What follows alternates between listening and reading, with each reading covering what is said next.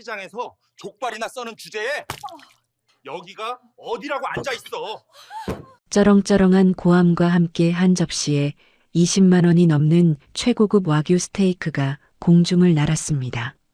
찰나의 순간 고기는 이성민의 얼굴을 강타했고 핏빛 육즙이 그의 낡은 양복 위로 번졌습니다. 강남에서 내노라 하는 미슐랭 레스토랑의 우아한 공기는 순식간에 얼어붙었습니다. 천장에 매달린 크리스털 샹들리에의 화려한 불빛이 식탁 위로 쏟아지고 있었지만 그 빛은 오직 이성민의 비참한 모습만을 비추고 있었죠. 하지만 고개를 숙인 성민은 입가에 번지는 미소를 숨기고 있었습니다. 고기가 얼굴을 때리는 그 수치스러운 순간에도 그는 속으로 웃고 있었죠. 이 무례한 인간들이 그가 이 자리에 온 진짜 이유를 아무도 모르고 있었거든요. 사연 시작 전 구독과 좋아요를 눌러주세요. 평범해 보이는 사람들의 숨겨진 이야기를 매일 전해드립니다. 지금 어디에서 듣고 계신지도 댓글로 남겨주세요. 오늘 하루 따뜻한 행운이 함께 하시길 바랍니다. 그럼 이 믿을 수 없는 이야기를 처음부터 들려드리겠습니다. 3개월 전 대성그룹 회장실이었습니다. 김 실장이 보고서를 올렸어요. 따님의 남자친구 집안을 조사했습니다. 성민이 서류를 받아들었어요. 김동철, 동철상사 대표. 연매출 50억이지만 업계 평판이 안 좋습니다. 하청업체 대금을 자주 연체하고 을들에게 갑질이 심해요. 성민이 고개를 끄덕했습니다. 충분히 들었어요. 그날 밤 딸 수진을 불렀습니다. 아빠, 태준이와 결혼하고 싶어요. 건축자재 사업하는 성실한 집안이래요. 성민은 웃었어요. 그래, 어떤 사람이니? 정말 착하고 예의 바른 사람이에요. 현장에서 열심히 일하고요. 하지만 성민은 속으로 다른 계획을 세우고 있었습니다. 진짜 성실한지 확인해 보고 싶었거든요. 이틀 후 성민은 강동구 재래시장에 나가기 시작했어요. 작은 족발 가게 앞에서 족발을 써는 일을 도왔습니다. 수진에게는 새로운 사업 파트너와 일해보려고 한다고 말했죠. 아빠, 갑자기 왜요? 수진이 놀랐지만 성민은 괜찮다며 웃었어요. 성민은 진짜로 시장에서 족발을 썰었습니다. 매일 새벽부터 나와서 큰 족발을 먹기 좋은 크기로 썰고 손님들에게 팔았어요. 대성그룹 회장이 시장 족발 써는 아저씨로 변신한 거였습니다. 한 달 후 수진이 태준을 데려왔어요. 아빠, 태준이에요. 젊은 남자가 정중하게 인사했습니다. 안녕하세요, 김태준입니다. 성민이 앞치마를 두른 채 나타났어요. 태준은 예의 바른 청년이었지만 가게를 둘러보며 말했죠. 아버님, 요즘 자영업이 힘들다던데 괜찮으세요? 그 미묘한 뉘앙스를 성민은 놓치지 않았어요. 동정인지 우월감인지 애매한 그 톤을 말이에요. 그럭저럭해요. 성민이 답했습니다. 힘내세요. 우리가 결혼하면 조금이라도 도움이 되겠습니다. 벌써 자신을 도움이 필요한 사람으로 보고 있었거든요. 그날 밤 성민은 김 실장에게 전화했어요. 상견례 준비하세요. 특별한 방법으로요. 상견례 당일이었습니다. 김동철 가족이 먼저 도착했습니다. 여기 정말 비싸다던데. 미선이 메뉴판을 보며 중얼거렸어요. 코스 요리가 인당 20만 원이네. 김동철이 고개를 끄덕였어요. 괜찮아. 상견례인데 이 정도는 해야지. 그때 성민과 수진이 도착했습니다. 성민은 유행이 언제인지도 모를 회색 정장을 입고 있었어요. 수진은 평범한 원피스 차림이었습니다. 인사를 나누고 자리에 앉았어요. 김동철이 먼저 말을 꺼냈습니다. 어떤 일을 하고 계세요? 재래시장에서 작은 족발집을 운영합니다. 성민이 담담하게 답했어요. 아, 그러세요? 미선의 표정이 미묘하게 변했습니다. 요즘 그런 업종이 어때요? 그럭저럭해요. 성민이 답했습니다. 그때 성민의 핸드폰이 울렸어요. 네, 대금 결제건이요? 다음 달로 좀 미뤄주세요. 일부러 큰 소리로 받았습니다. 김동철 부부의 시선이 예리해졌어요. 뭔가 이상하다는 듯이 서로 눈짓을 주고받았습니다. 사업이 많이 힘드신가 보네요. 김동철이 조심스럽게 물었어요. 아니에요. 일시적인 거예요. 성민이 답했지만 확신이 없어 보였습니다. 또 전화가 왔어요.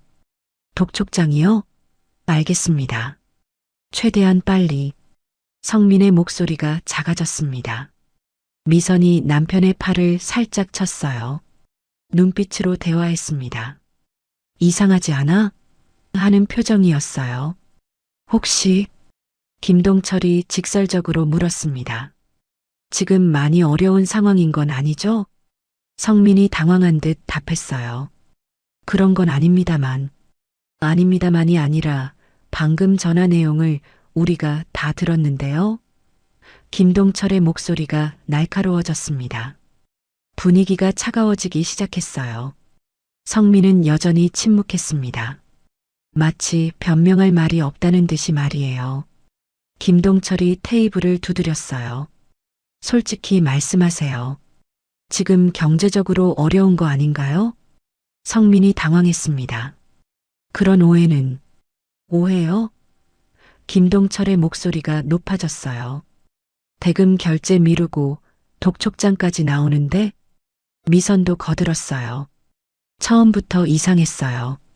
지하철 타고 오시고 정장도 낡았고 너무해요.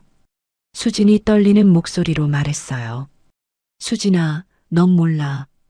이런 식으로 접근하는 사람들이 있어. 김동철이 손을 저었어요. 태준이 어쩔 줄 몰라 했습니다. 아버지, 너무 심한 거 아니에요? 그때 성민의 핸드폰이 또 울렸어요. 네, 은행 연체 이자가. 알겠습니다. 김동철이 벌떡 일어났습니다. 이제 확실하네요. 우리 아들 결혼하면 얼마나 등골 빼먹으려고. 정말 아닙니다. 성민이 간절하게 말했어요. 증거가 다 있잖아요. 미선이 소리쳤습니다. 은행 연체까지. 식당 안 손님들이 쳐다보기 시작했어요. 웅성거림이 들렸습니다. 이런 곳에 올 처지나 되세요? 김동철이 가리켰어요. 인당 20만 원짜리 코스를. 성민은 말을 못했어요. 고개만 숙이고 있었습니다. 도대체 우리를 뭘로 봐요? 미선이 소리쳤어요. 분수에 맞게 살아요. 수진이 눈물을 글썽였어요. 그만하세요. 아버지는 그런 분이 아니에요. 하지만 김동철은 들을 생각이 없었어요. 분노가 절정에 달했거든요. 마침내 그 순간이 왔습니다. 김동철이 와규 스테이크를 집어들었어요. 시장에서 족발이나 써는 주제에 여기가 어디라고. 스테이크 맛은 알아? 김동철이 소리치며 와규 스테이크를 성민의 얼굴에 던졌습니다. 20만 원짜리 고기가 뺨을 강타했어요. 레스토랑 안이 순식간에 조용해졌습니다. 모든 손님들이 충격에 빠져 바라봤어요. 성민은 아무 말도 하지 않았습니다. 얼굴을 닦지도 않은 채 고개만 숙이고 있었어요. 완전히 굴복한 사람처럼 보였습니다. 사기꾼 주제에 미선이 소리쳤어요. 우리를 호구로 봤나? 수진이 울먹였습니다. 아버지. 하지만 성민은 조용히 하라는 손짓만 했어요. 그때 레스토랑 지배인이 황급히 달려왔어요. 무슨 일이신지.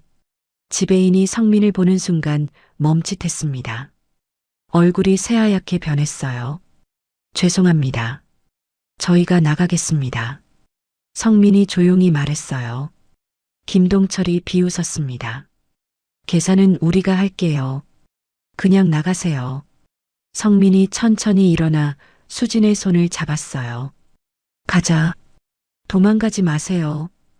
미선이 소리쳤지만 성민은 대답하지 않았어요. 조용히 자리를 떠났습니다. 그때 지배인이 성민에게 깊게 허리를 숙였어요. 회장님, 건물 관리팀에 보고할까요? 김동철이 얼어붙었습니다. 회장, 건물?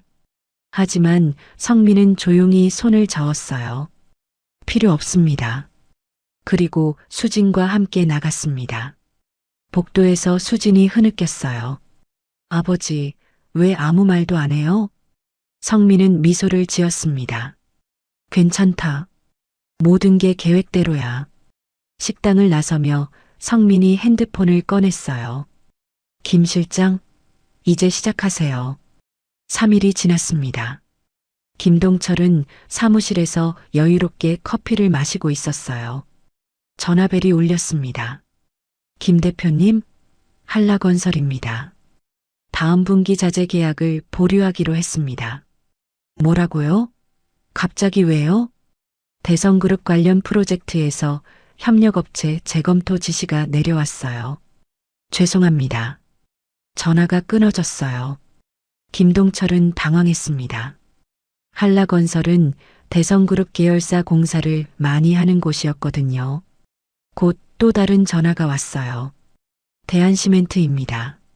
저희도 대성건설 프로젝트 관련해서 공급 계약을 해지해야겠습니다. 왜 갑자기? 상부 지시라서 어쩔 수 없네요. 또 끊어졌습니다. 세 번째 전화. 현대철강입니다.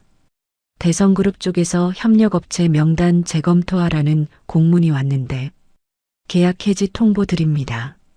하루 종일 비슷한 전화가 이어졌어요. 동철 상사와 거래하던 업체들이 모두 같은 얘기를 했습니다. 대성그룹 지시, 상부 방침, 협력업체 재검토. 저녁에 집에 돌아온 김동철은 창백했어요. 미선이 물었습니다. 여보, 무슨 일이에요? 거래처들이 갑자기 계약을 끊는다는 거야. 모두 대성그룹 때문이라고.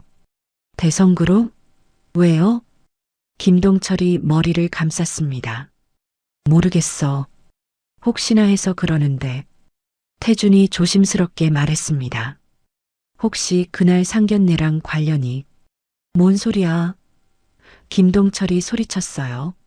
시장 족발 아저씨랑 대성그룹이 무슨 상관이 있어. 하지만 속으로는 불안했습니다.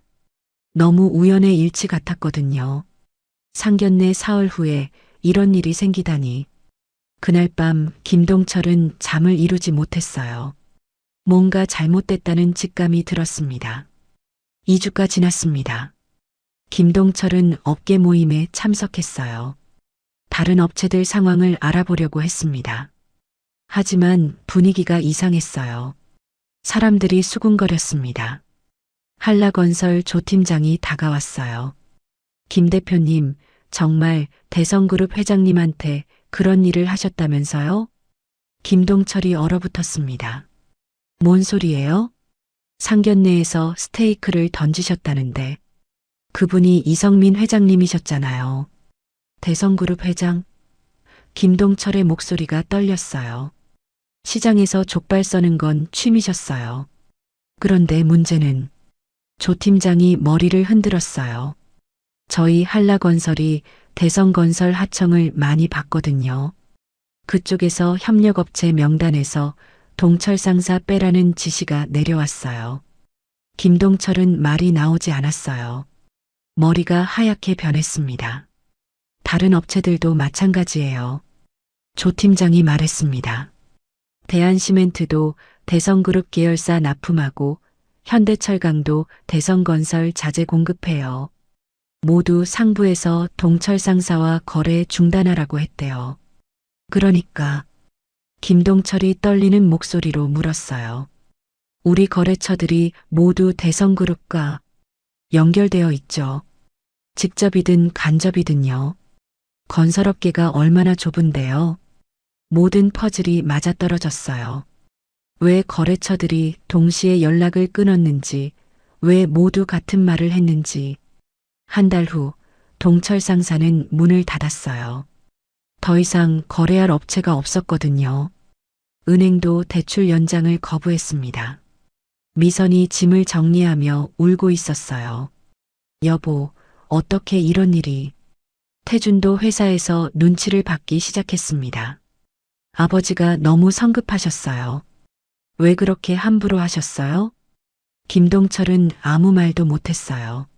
모든 게 자신의 잘못이었거든요. 그날 밤 김동철은 생각했습니다. 사람을 겉모습으로 판단한 대가가 이렇게 클 줄이야. 3개월이 지났습니다. 성민은 여전히 성민이네 족발을 운영하고 있었어요. 매일 새벽부터 족발을 삶았습니다. 어느 주말 수진이 아버지를 찾아왔어요.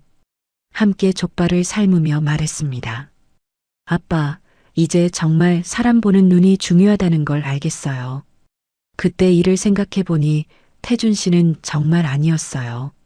아버지가 모욕당하는 걸 보고도 제대로 말리지 못하는 남자와는 함께할 수 없더라고요. 성민이 미소를 지었어요. 잘했다. 부모로서 내 곁에 가짜를 둘 순 없었단다. 사람 보는 눈을 잃으면 평생이 지옥이거든. 이제야 내 옆에 진짜 좋은 인연이 올 자리가 생겼구나. 후회하지 않으세요? 수진이 물었어요. 성민이 고개를 저었습니다. 내가 김동철 씨 회사를 망가뜨린 게 아니야. 그가 던진 그 스테이크가 평생 쌓아온 신뢰를 무너뜨린 거지. 사람을 대하는 태도가 곧 그 사람의 운명이라는 걸 아직도 모르는 것 같더구나. 내가 한 건 아무것도 없어.